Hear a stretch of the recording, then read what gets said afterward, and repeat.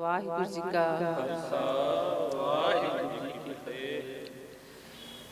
ਅੱਜ ਅਸੀਂ ਸਾਰੇ ਆਪਣੇ ਸਤਿਕਾਰਯੋਗ ਪਿਤਾ ਜੀ ਦੀ ਅੰਤਮ ਅਰਦਾਸ ਵਿੱਚ ਸ਼ਾਮਲ ਹੋਏ ਹਾਂ। ਕੁਝ ਸਮੇਂ ਐਸੇ ਹੁੰਦੇ ਨੇ ਜਦੋਂ ਕੋਈ ਜੀਵ ਇਸ ਸੰਸਾਰ ਵਿੱਚ ਜਨਮ ਲੈਂਦਾ ਤਾਂ ਉਦੋਂ ਅਸੀਂ ਗੁਰੂ ਮਹਾਰਾਜ ਦਾ ਓਟ ਆਸਰਾ ਲੈਂਦੇ ਹਾਂ। ਤਾਂ ਇੱਕ ਸਮਾਂ ਫਿਰ ਐਸਾ ਆਉਂਦਾ ਜਦੋਂ ਸੰਸਾਰ ਤੋਂ ਜੀਵ ਆਪਣੀ ਯਾਤਰਾ ਪੂਰੀ ਕਰਕੇ ਚਲਾ ਜਾਂਦਾ ਹੈ। ਤਾਂ ਅਸੀਂ ਸਾਰੇ ਉਹਨਾਂ ਦੀ ਅੰਤਮ ਅਰਦਾਸ ਵਿੱਚ ਸ਼ਾਮਲ ਹੁੰਦੇ ਹਾਂ।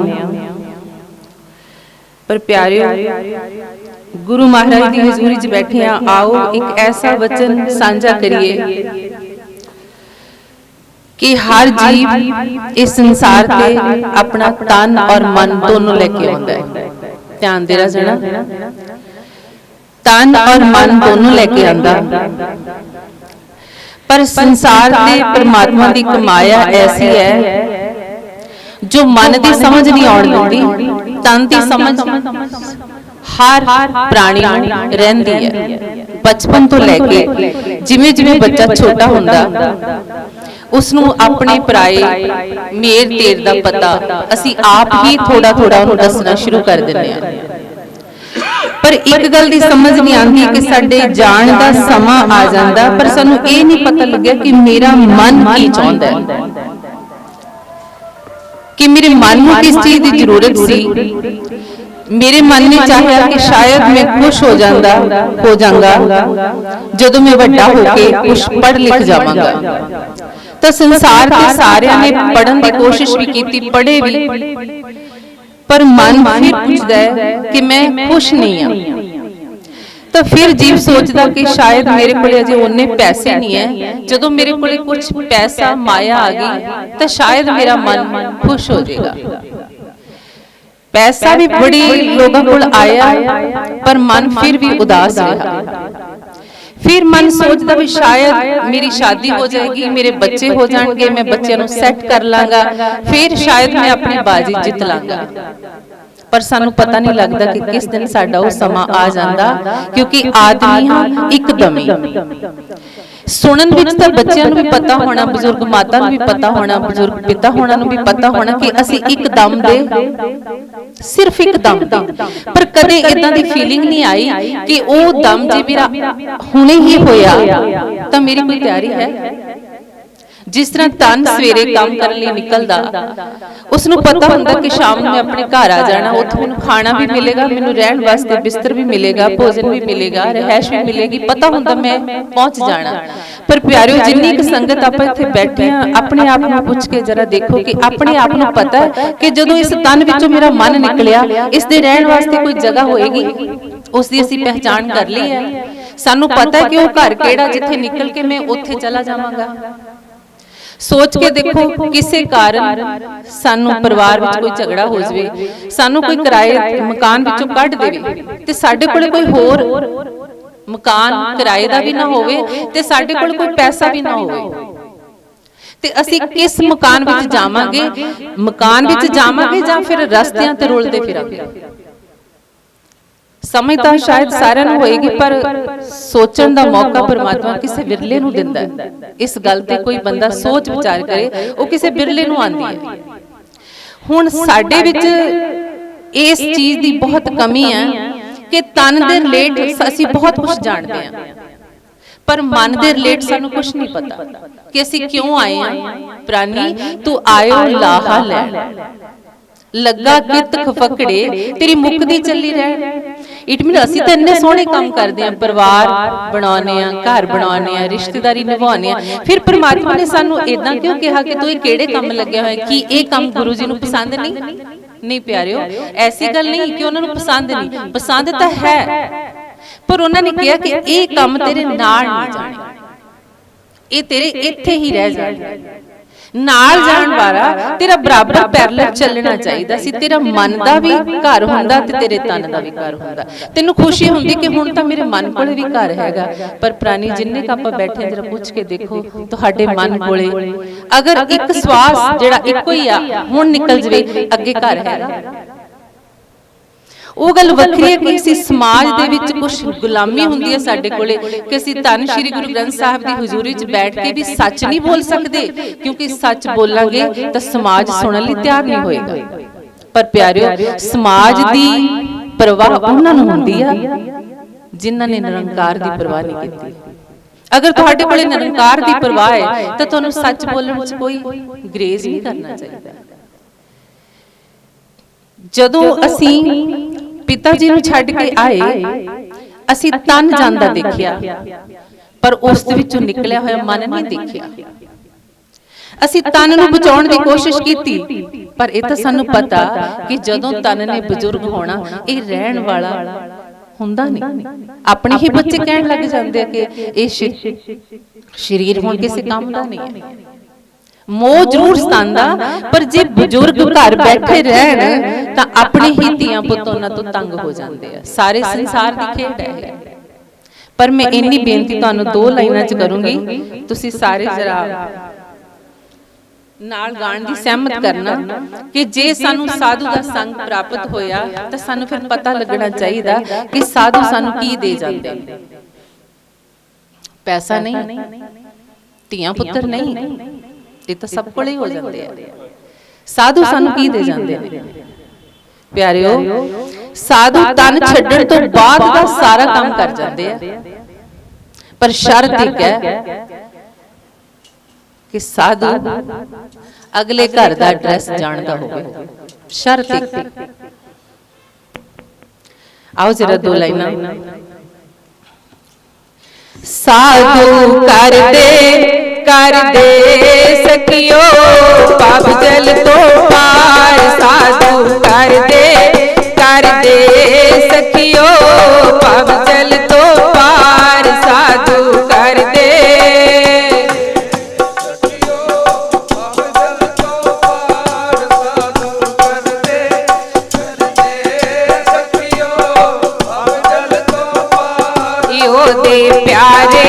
ਪਿਆਰੇ ਟੁੱਟੀ ਜੋੜ ਦਿੰਦੇ ਤਾਰ। ਉਹਦੇ ਪਿਆਰੇ ਟੁੱਟੀ ਜੋੜ ਦਿੰਦੇ ਤਾਰ। ਉਹਦੇ ਪਿਆਰੇ ਟੁੱਟੀ ਜੋੜ ਦਿੰਦੇ ਤਾਰ। ਉਹਦੇ ਪਿਆਰੇ ਟੁੱਟੀ ਜੋੜ ਦਿੰਦੇ ਤਾਰ। ਸਾਧੂ ਕਰਦੇ ਸਕਿਓ ਪਾਪ ਜਲ ਤੋਂ ਪਾਰ। ਸਾਧੂ ਕਰਦੇ ਸਕਿਓ ਪਾਪ ਜਲ ਤੋਂ ਪਾਰ। ਸਾਧੂ ਕਰਦੇ ਸਕਿਓ ਪਾਪ ਜਲ ਤੋਂ ਪਾਰ। ਸਾਧੂ ਕਰਦੇ ਸਕਿਓ ਪਾਪ ਜਲ ਤੋਂ ਪਾਰ। ਦੇ ਕੇ ਪ੍ਰੇਮ ਦਾ ਹੁਲਾਰਾ ਬਿਗੜੀ ਬਣਾਉਂਦੇ।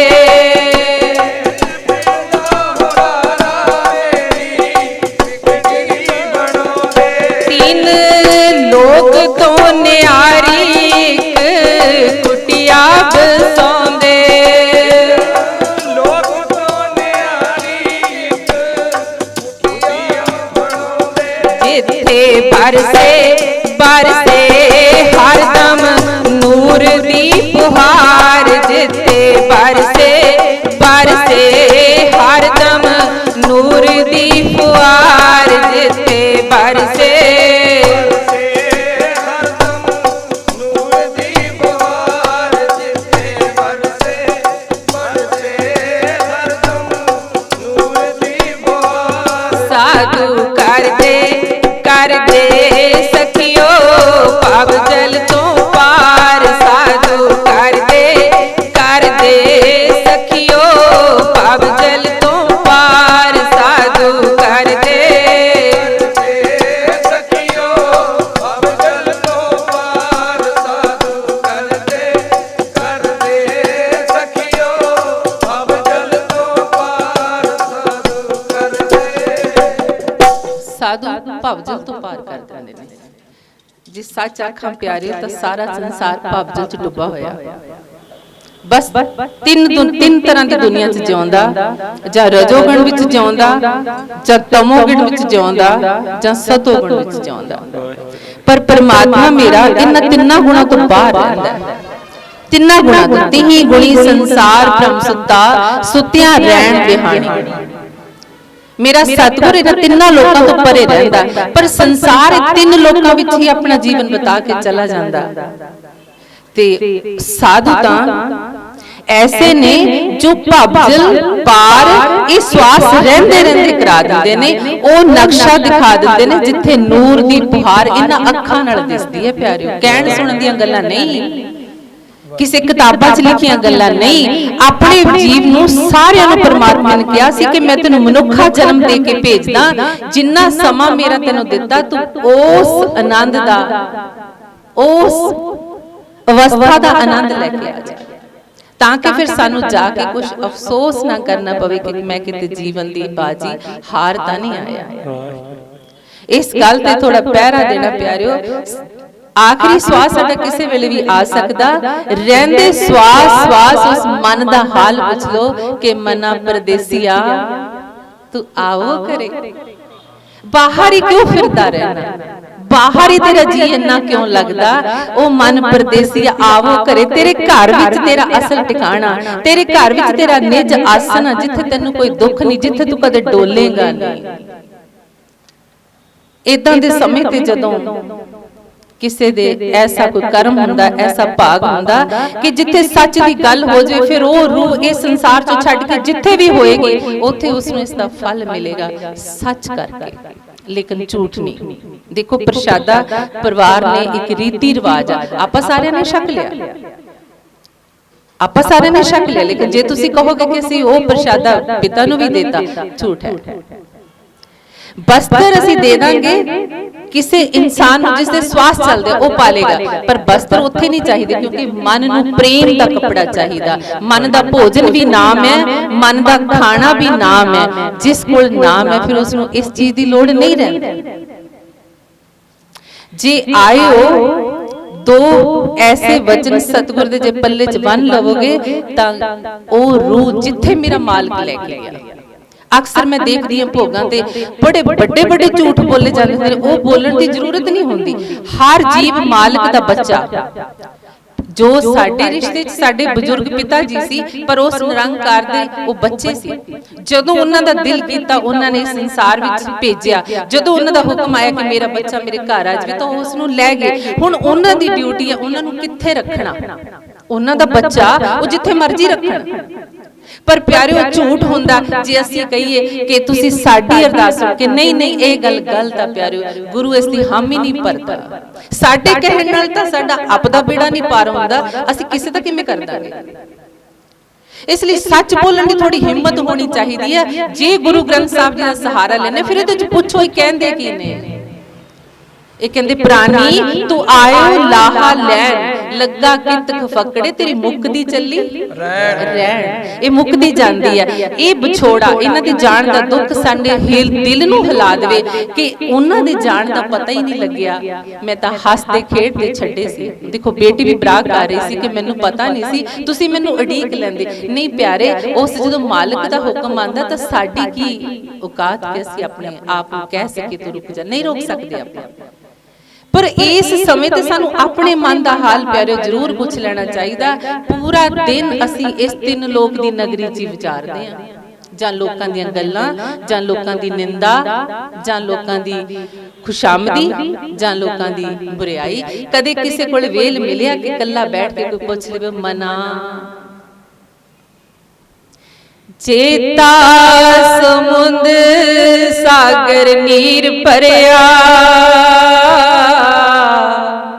तेते अगण हमारे, पर दिखते नहीं, क्योंकि ये अखां दूजियां नूं देखण लग गईयां। काश किते विच बैठे निरंकार नूं देखदियां होंदियां तां फिर इन्हां अखां ने कहना सी, अल्लाह दा नूर है कुदरत दे बंदे सारे, अल्लाह दा नूर है कुदरत दे बंदे सारे।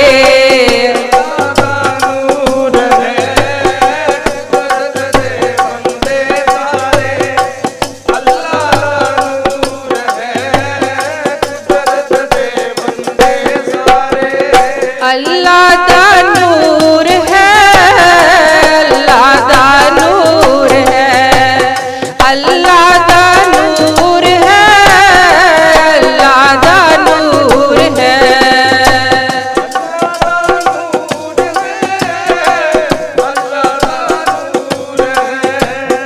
अल्लाह दा नूर है, कुदरत दे बंदे सारे, अल्लाह दा नूर है, कुदरत दे बंदे सारे।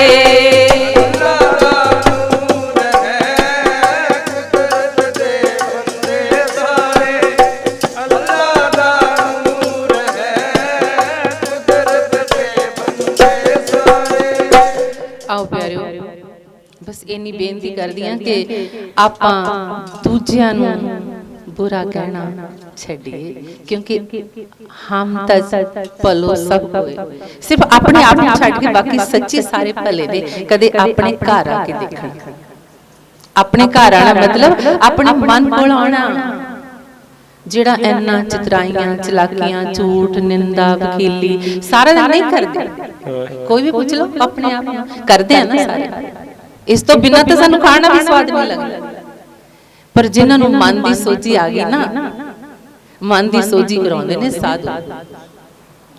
ਉਹ ਸੋਝੀ ਕਰਾ ਦਿੰਦੇ ਨੇ ਕਿ ਇਹ ਹੈ ਤੂੰ, ਇਹ ਤਾਂ ਤੇਰਾ ਸ਼ਰੀਰ ਹੈ। ਸ਼ਰੀਰ ਤਾਂ ਬਿਲਕੁਲ ਇੰਨਾ ਕਿ ਹੈ ਜਿੰਦੇ ਸਵੇਰ ਦੇ ਪਾਏ ਹੋਏ ਕੱਪੜੇ ਸੀ ਸ਼ਾਮ ਨੂੰ ਉਤਾਰ ਦਿੰਦੇ ਆ ਨਾ, ਹੋਰ ਪਾ ਲੈਂਦੇ ਆ। ਸ਼ਰੀਰ ਤਾਂ ਬਸ ਇੰਨਾ ਕਿ ਹੈ, ਸੁੱਖਾਂ ਦਾ ਸੰਗ ਆ ਸਾਡਾ। ਇਸ ਲਈ ਪਿਆਰਿਓ, ਇੰਨੀ ਬੇਨਤੀ ਮੈਂ ਦੀ ਅੰਤਮ ਅਰਦਾਸ ਤੇ ਤੁਹਾਡੇ ਚਰਨਾਂ 'ਚ ਕਰਦੀ ਆ ਕਿ ਉਹ ਪ੍ਰੀਤਮ ਨਾ ਇੰਨਾ ਨੇੜੇ ਹੈ कि एक एक साह दी बुरकी इत्थों दी हर वेले दिंदा। जदों सुत्ते पे ने उदों भी दिंदा, जदों पाप कर्म करदे ने उदों भी दिंदा। कित्थों? बिल्कुल इत्थों ही, इन्ना नेड़े है पर दिखदा नहीं। क्यों? क्योंकि पराई चीज देखण दी इन्हां अखां नूं आदत पै गई है। आओ प्यारिओ, इन्नी की विचार सांझी करदी होई उस पिता नूं आत्म ਵਧਾਈ ਦਿੰਦੇ ਆ ਉਹਨੂੰ ਆਖਰੀ। ਤੇ ਬੱਚਿਆਂ ਦਾ, ਬੱਚੇ ਦਾ ਜੋ ਪਿਆਰ ਸਤਿਕਾਰ ਸਾਰਿਆਂ ਨੂੰ ਪਤਾ ਹੀ ਹੈ ਕਿ ਬੇਟੀ ਦੇ ਕਰਮਾਂ 'ਚ ਕੁਝ ਜ਼ਿਆਦਾ ਸੇਵਾ ਲਿਖੀ ਸੀ ਉਸ ਸਰੀਰ ਦੀ। ਪਰ ਮੈਂ ਹੁਣ ਇਹਨਾਂ ਦੋਨਾਂ ਬੱਚਿਆਂ ਨੂੰ, ਇੱਕ ਤਾਂ ਬਾਹਰ ਮੇਰੀ ਨੀਜ ਬੇਨਤੀ ਹੈ ਕਿ ਸਰੀਰ ਨੂੰ ਨਹੀਂ ਰੋਣਾ, ਕਿਉਂਕਿ ਸਰੀਰ, ਜਿਸ ਸਰੀਰ ਨੂੰ ਰੋਵਾਂਗੇ ਤਾਂ ਫਿਰ ਇਹ ਤਾਂ ਅਸੀਂ ਇਦਾਂ ਕਰਾਂਗੇ ਨਾ ਕਿ ਅਸੀਂ ਆਪਣੇ ਵੱਡੇ ਬਾਪ ਦੀ ਗੱਲ ਨਹੀਂ ਸੁਣੀ। ਉਹਨੇ ਤਾਂ ਕਿਹਾ ਕਿ ਬਿਨਸਨ ਵਾਲਾ, ਕਈਆਂ ਦੇ ਬਿਨਸ ਗਏ, ਕਈਆਂ ਦੇ ਅੱਜ ਬਿਨਸ ਜਾਣੇ, ਕਈਆਂ ਦੀ ਕੱਲ ਤਿਆਰੀ। ਇਸ ਲਈ ਸਰੀਰ ਤਾਂ ਆਪਣੇ ਟਾਈਮ ਲਈ ਆਇਆ ਤੇ ਟਾਈਮ ਤੋਂ ਬਾਅਦ ਇਸਨੇ ਚਲੇ ਜਾਣਾ। ਪਰ ਇਹਨਾਂ ਵੀ ਜ਼ਰੂਰ ਕਹੂੰਗੀ ਕਿ ਅਗਰ ਉਸ ਦੇ ਲਈ ਅਸੀਂ ਰੋਵਾਂਗੇ ਤਾਂ ਫਿਰ ਉਹਨਾਂ ਨੂੰ ਤਕਲੀਫ ਦੇਣਾ ਹੈ, ਕਿਉਂਕਿ ਉਹਨਾਂ ਦਾ ਭੋਜਨ ਹੁਣ ਨਾਮ ਹੈ। ਨਾਮ ਚਾਹੀਦਾ ਉਹਨਾਂ ਨੂੰ। ਨਾਮ ਕੋਈ ਜਪ ਲੋ ਤਾਂ ਸਤਿਗੁਰ ਕਹਿੰਦੇ ਨੇ ਨਾ, ਕੋਈ ਭਗਤ ਐਸਾ ਹੋਵੇ ਜਿਹੜਾ 21 ਕੁਲਾਂ ਤਾਰਦਾ ਹੋਵੇ। ਕਹਿਣ ਦੀ ਗੱਲ ਨਹੀਂ, ਕੋਈ ਐਸਾ ਭਗਤ ਹੋਵੇ ਜੋ ਆਤਮਦਰਸ਼ੀ ਹੋਵੇ, ਜੋ ਤਤ ਪਿਤਾ ਹੋਵੇ, ਜਿਸ ਨੂੰ ਤਤ ਦਾ ਗਿਆਨ ਹੋਵੇ, ਉਹਦੀਆਂ 21 ਕੁਲਾਂ ਤਰਦੀਆਂ ਨੇ ਪਿਆਰਿਓ। ਬਾਣੀ ਝੂਠ ਨਹੀਂ ਹੋ ਸਕਦਾ। ਇਸ ਲਈ ਸਾਨੂੰ ਜ਼ਰੂਰਤ ਆ, ਬੇਟਾ ਵੀ, ਬੇਟੀਆਂ ਵੀ, ਬਾਕੀ ਪਰਿਵਾਰ ਨੋ ਰਾਣੀ ਹੈ ਮਾਤਾ ਜੀ ਨੇ, ਕਿ ਸਾਨੂੰ ਆਪਣੇ ਆਪ ਲਈ ਵੀ ਹੁਣ ਤਿਆਰ ਹੋਣਾ ਚਾਹੀਦਾ ਕਿ ਜਿਸ ਤਰ੍ਹਾਂ ਮੇਰੇ ਪਿਤਾ ਜੀ ਸਾਡੇ ਪਰਿਵਾਰ ਦੇ ਬਜ਼ੁਰਗ ਜਾਂਦੇ ਆ, ਸਾਨੂੰ ਪਤਾ ਨਹੀਂ ਲੱਗਣਾ। ਇਹ ਜਿੰਦੇ ਤੂੰ ਵੀ ਢਿੱਲ ਨਾ ਕਰ, ਤੇਰੇ ਜਾਂਦਿਆਂ ਵੀ ਪਤਾ ਨਹੀਂ ਲੱਗਣਾ। ਸਾਡੇ ਅੰਦਰ ਇੱਕ ਡਰ ਐਸਾ ਆਉਣਾ ਚਾਹੀਦਾ ਕਿ ਮੈਂ ਇਸ ਨੂੰ ਸੰਭਾਲਣਾ, ਜਿੰਨੇ ਮੇਰੇ ਸਵਾਸ ਰਹਿੰਦੇ ਆ। ਇਹ ਸਵਾਸ ਕਿਤੇ ਮੈਂ ਤ੍ਰੈਗੁਣੀ ਦੁਨੀਆ ਵਿੱਚ ਹੀ ਨਾ ਬਤੀਤ ਕਰਦਾ। ਸਾਰਾ ਦਿਨ ਜਾਂ ਕਾਮ ਕ੍ਰੋਧ ਲੋਭ ਮੋਹ ਸਤਾਉਂਦਾ, ਜਾਂ ਆਸ਼ਾ ਤ੍ਰਿਸ਼ਨਾ ਸਤਾਉਂਦੀਆਂ ਨੇ, ਜਾਂ ਫਿਰ ਅਸੀਂ ਆਪਣੇ ਆਪ ਨੂੰ ਕੁਝ ਵੱਡੇ ਦਾਨੀ ਸਮਝਣ ਲੱਗ ਜਾਂਦੇ। ਪਿਆਰਿਓ, ਦਾਨ ਵੀ ਮੇਰੇ ਸਤਿਗੁਰ ਨੂੰ ਨਹੀਂ ਪਾਉਂਦਾ। 3 ਲੋਕ ਤੋਂ ਨਿਆਰੀ ਇੱਕ ਨਗਰੀ ਵਸਾਉਂਦੇ ਆ ਉਹ, ਜਿੱਥੇ ਹਰ ਦਮ ਉਸਦੇ ਪ੍ਰੇਮ ਦੀ, ਉਸਦੇ ਨਾਮ ਦੀ ਫੁਹਾਰ ਵਸਦੀ ਹੈ। ਪਰ ਕੋਈ ਦੇਖ ਲੋ, ਕੋਈ ਕਰਮਾਂ ਵਾਲਾ। ਇਸ ਲਈ ਹਰ ਇੱਕ ਦੀ ਜ਼ਿੰਦਗੀ ਵਿੱਚ ਕੁਝ ਐਸਾ ਤੱਤ ਵੇਤਾ ਸੰਤ ਆਵੇ ਜਿਹਨੂੰ ਦੁਨਿਆਵੀ ਗੱਲਾਂ ਨਾਲ ਮਤਲਬ ਨਾ ਹੋਵੇ, ਜੋ ਸਾਡੀ ਇੱਥੋਂ ਜਾਣ ਤੋਂ ਬਾਅਦ ਦੀ ਯਾਤਰਾ ਦਾ ਵੀ ਰਖਵਾਲਾ ਬਣੇ। ਐਸਾ ਸੰਤ ਪਰਮਾਤਮਾ ਹਰ ਇੱਕ ਦੀ ਜ਼ਿੰਦਗੀ 'ਚ ਜ਼ਰੂਰ ਬਖਸ਼ੇ, ਜੋ ਨਾਮ ਦਾ ਜਾਣੂ ਕਰਾ ਦੇਵੇ। ਆਓ ਇੰਨੀਆਂ ਕੁ ਵਿਚਾਰਾਂ ਕਰਦੇ ਹਾਂ। ਕੋਈ ਭੁੱਲ ਗਲਤੀ ਹੋ ਗਈ ਹੋਵੇ ਤਾਂ ਮਾਫ ਕਰਨਾ। ਸਾਰੀ ਗੁਰਸੰਗਤ ਨੂੰ ਮੇਰੇ ਵੱਲੋਂ ਫਤਿਹ। ਵਾਹਿਗੁਰੂ ਜੀ ਕਾ ਖਾਲਸਾ, ਵਾਹਿਗੁਰੂ ਜੀ ਕੀ ਫਤਿਹ।